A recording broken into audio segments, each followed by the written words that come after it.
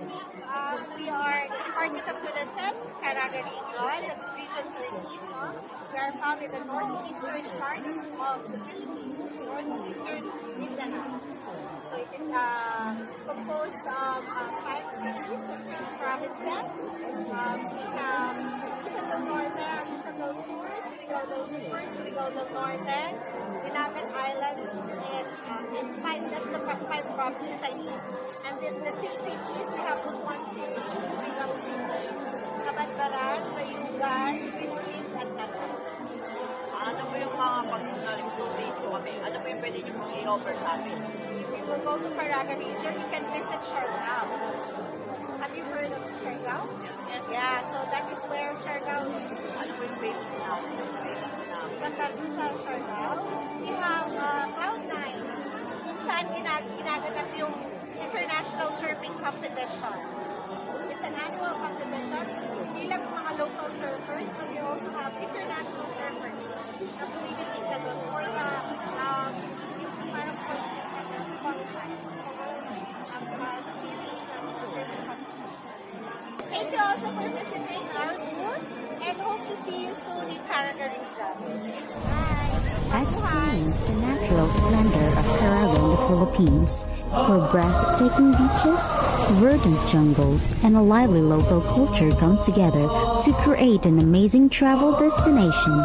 Plan your adventure right now. Ipanumpa kong titikabihan upang pagahuktan ko ang tanan. Ipanumpa kong digyo ko mubuhi ang kinabuhi ko kanino lang.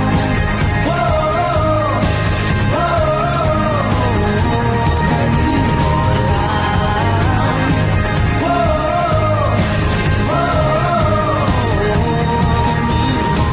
Saksi ang langit sa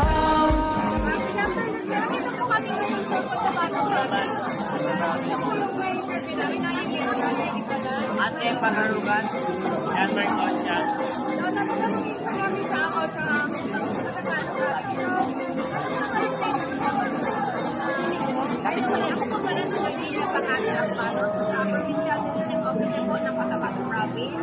And we belong po sa Soxergen, Region 12, and we are from the Cotabato province.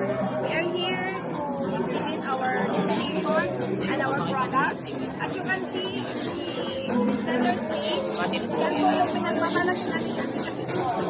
Ito po from Misaya, yung Bunon, na mga kapatid natin. May mga pagkain from Alpas, from Land, from Makilala, yan po yung coffee na nanalo na po yan siya na taste na coffee Arabica. Meron tayo dito yung best seller namin is from Lang, Cotabato. Marami po yung matatagpuan po din namin sa Majestic Pagpero, marami na po.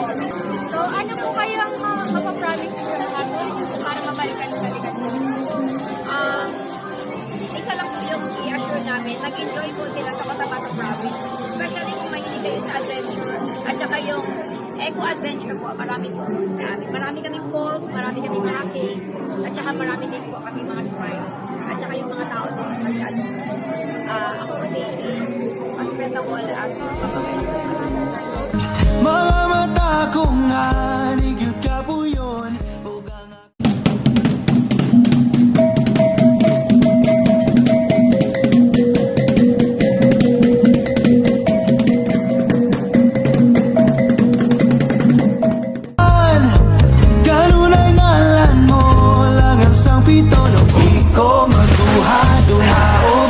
Kung mahulog ka, andam kung mahulog upan isa na sa talador nining panahon ipanahon